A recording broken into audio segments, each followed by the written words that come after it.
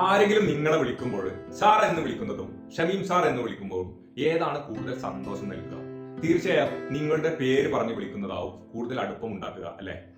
Sir result റെഡിയാണ് എന്നതിന് പകരം രമേശ് സാർ നിങ്ങളുടെ റിസൾട്ട് റെഡിയാണ് എന്ന് പറയുക.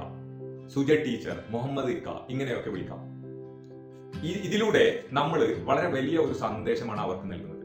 ഈ ലാബ് എന്നെ ഒരു ടോക്കൺ നമ്പറായി അല്ല കാണുന്നത്, ഒരു വ്യക്തിയാണ് കാണുന്നത് എന്ന സന്ദേശം. എന്നാൽ പേര് വിളിക്കുമ്പോൾ ശ്രദ്ധിച്ച് വിളിക്കാൻ ശ്രമിക്കുക.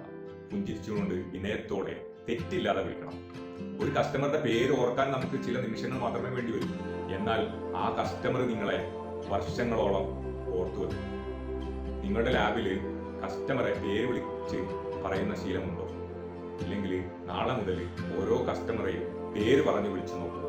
എന്നിട്ട് അവരുടെ പ്രതികരണം നോക്കി എന്ത് സംഭവിച്ചു എന്ന് കമന്റ് ചെയ്യൂ.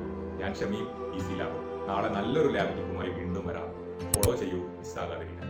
Thank you.